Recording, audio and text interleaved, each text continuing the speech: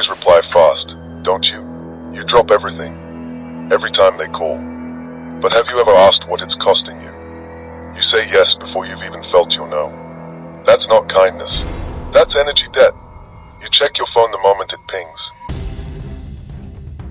You feel guilty for resting. You explain your silence. You've been trained to abandon yourself. Ever notice how you're always the one giving updates, checking in, keeping the thread alive? That's not connection. That's overextension. You're always available, emotionally, digitally, physically. But are you ever truly present with yourself? Every day, you lose pieces of yourself, not to tragedy, but to distraction. The noise, the scrolling, the non-stop flood of demands. It's not just stealing your time, it's stealing yourself. Jung once said, people will do anything, no matter how absurd, to avoid facing their own soul. What if your business is exactly that? An escape from your deeper self? In this video, we uncover the mindset shift that helps you break free from distraction. Not with hacks, but with awareness. Because availability isn't just about doing more, it's about becoming whole. If you're ready to stop running and start reclaiming your attention, your time, and ultimately, your life, stay with me. You've been told connection is everything. That availability is kindness. That being present, always reachable, always on, is the hallmark of a good friend, a dedicated partner, a successful person. They tell you this is how you build bridges, how you matter, how you belong. And you believed them, didn't you? You chased every notification, answered every call, bent your schedule to fit every demand. You made yourself a perpetual open door, terrified of missing out, terrified of being alone. But let me ask you this, honestly, has that relentless availability brought you true connection? Has it filled the quiet spaces inside you? Or has it left you feeling drained, invisible, used? What if everything you thought about presence was a carefully constructed lie? What if the very thing you've been running from, unavailability, is the only path to reclaiming your power? This isn't about being cold or distant. It's about strategic withdrawal. It's about understanding a fundamental truth the world actively tries to bury. Your psychic energy is finite. Jung understood this deeply. He saw the human psyche not just as a collection of thoughts and feelings, but as an energy system, like a battery. And every time you react impulsively, every time you make yourself instantly available to the chaos and demands of others, you are draining that battery. You are leaking power. You are diminishing your value in the eyes of the world, and more importantly, in your own eyes. The popular belief is that constant presence builds value. The contrarian truth is this: when you stop being available, everything changes. This isn't merely a psychological trick, it's a fundamental principle of energy conservation within the self. Imagine your attention, your emotional responsiveness, your time, each a precious jewel of psychic energy. When you offer these without discretion, you deplete your core reserves, leaving you vulnerable, reactive, and ultimately, powerless. This isn't a call to isolation, but a demand for intentionality. A demand to recognize the sacredness of your inner resources and to guard them fiercely. There's more to it than just feeling tired. Excessive availability doesn't just drain you, it makes you a target. Think about it. Who do the manipulators, the energy vampires, the emotionally immature seek out? The perpetually available. The ones who can't say no, who react instantly to every bait, who wear their emotions on their sleeve, ready to be exploited. Your constant readiness to engage, to fix, to soothe, to react, becomes their playground. They project their own unresolved issues, their insecurities, their demands onto you, because you've signaled you're always open for business. You become a screen for their internal movies, and they never have to confront their own script. Consider the person who constantly creates drama, pulling you into their orbit with urgent texts or emotional outbursts. Your immediate response validates their behavior, reinforces the pattern, and siphons your calm into their storm. You become an emotional shock absorber, leaving you rattled and them unchanged. But here's the twist. What happens when the screen goes blank? What happens when the person they expect to react, to jump, to solve, suddenly stops? When you choose silence instead of a defensive explanation? When you offer a calm no instead of a guilt-ridden yes? This isn't just a boundary, it's a disruption. You break the pattern. You shatter the projection. You force them, perhaps for the first time, to see their own reflection instead of yours. This withdrawal isn't a weakness, it's a strategic maneuver. It's the first step in reclaiming your psychic energy and forcing a renegotiation of every relationship dynamic that has been built on your overavailability. You are, in essence, withdrawing the fuel that powers their manipulative engine. This can be met with resistance, confusion, even anger, because you are challenging a comfortable, albeit unhealthy, status quo. But this discomfort is the signal that change is happening. Let's take it deeper. This isn't just about saying no to others. It's about saying yes to yourself. It's about understanding that your time, your energy, your peace of mind are precious resources. When you are constantly available, you are telling the world, and yourself, that these resources are cheap, abundant, and endlessly replenishable. They are not. Every time you prioritize someone else's urgent but not important demand over your own need for rest, reflection, or creative work, you are making a choice. You are choosing to be a utility, not a sovereign being. You are choosing to react to the world, rather than act upon it. This constant state of external orientation prevents you from cultivating your inner landscape. You become so focused on managing the outside world that you neglect the rich, complex terrain within.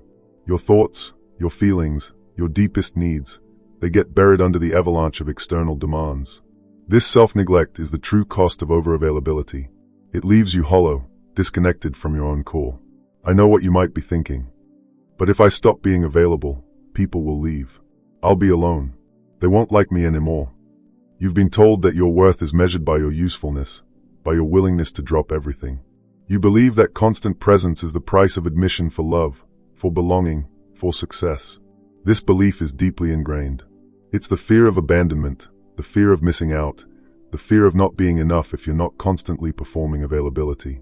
This fear is the invisible chain that keeps you bound, draining your energy, preventing you from discovering who you are when you are not defined by the demands of others.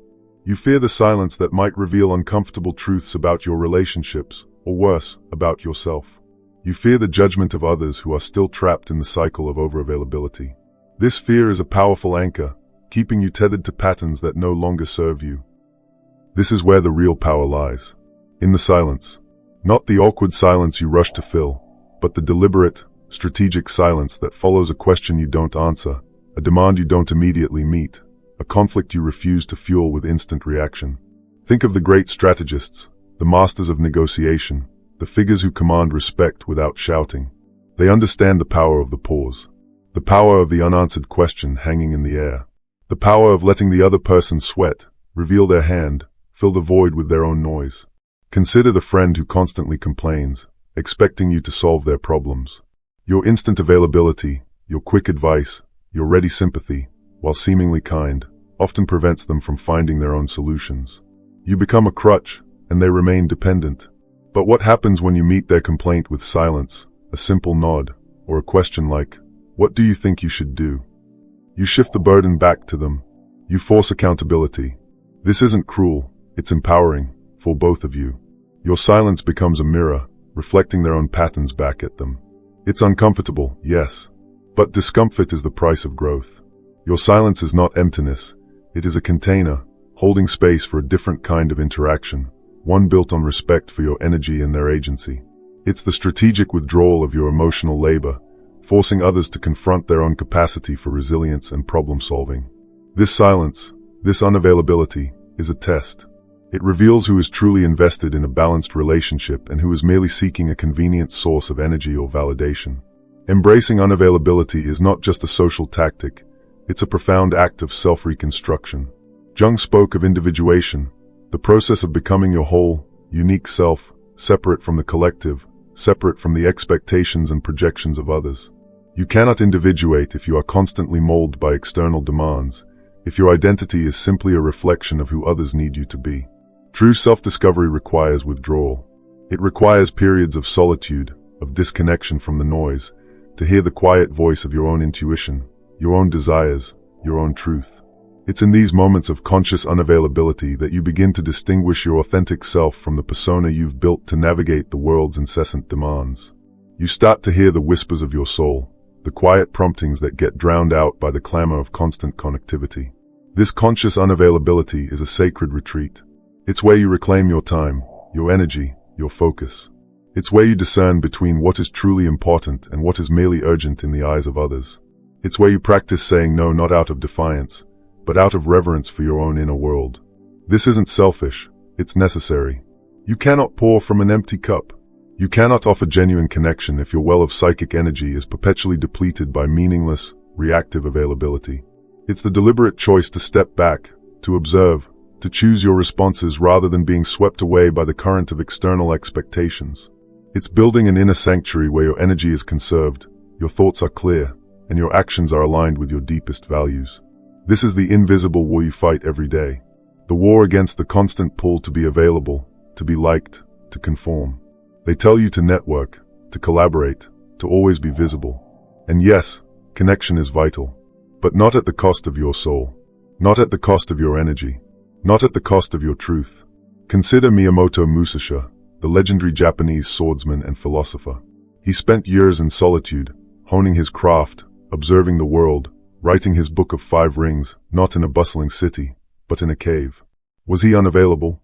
Absolutely. Did it diminish him? No. It forged him. It allowed him to see the essence of strategy, the core of conflict, the truth beneath the surface.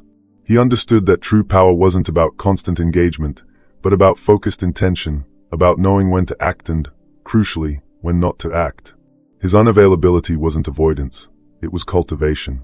It was the deliberate withdrawal from the noise of the world to sharpen the sword of his own consciousness. He wasn't hiding, he was concentrating his power. You are constantly bombarded, your attention fragmented, your energy siphoned. Every notification is a tiny demand, every unanswered message a subtle pressure. This constant state of reactive availability keeps you on the surface, prevents you from diving deep, from building the inner fortress of self-possession. The highest form of this isn't what you think. It's not about being a hermit. It's about cultivating an inner stillness so profound that external chaos loses its power over you. It's about becoming so grounded in your own being that you can choose, consciously and deliberately, when and where and to whom you make your precious energy available.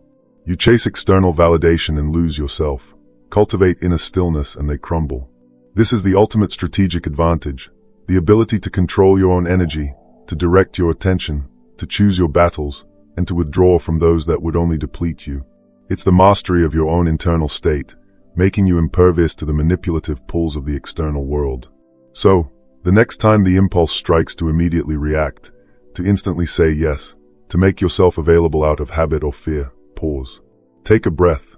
Ask yourself, is this an investment of my energy, or a drain? Does this align with my truth, or is it a reaction to someone else's projection? Remember, unavailability is not rejection, it is discernment. It is not weakness, it is strength. It is not loss, it is reclamation. It is the conscious act of prioritizing your own well-being, your own growth, and your own truth. When you stop being available on demand, you create a vacuum. And into that vacuum rushes clarity, self-respect, and the opportunity for authentic connection with those who value your presence, not just your utility. You become the gatekeeper of your own energy, the architect of your own peace. This is the path to individuation. This is the path to power. This is the path to a life lived on your own terms, fueled by your own reserves, guided by your own inner compass. So next time you feel the pull to be endlessly available, remember this. When you stop being available, everything changes. You change. Your relationships change. Your life changes. Embrace the power of strategic withdrawal. Reclaim your energy. Reclaim yourself.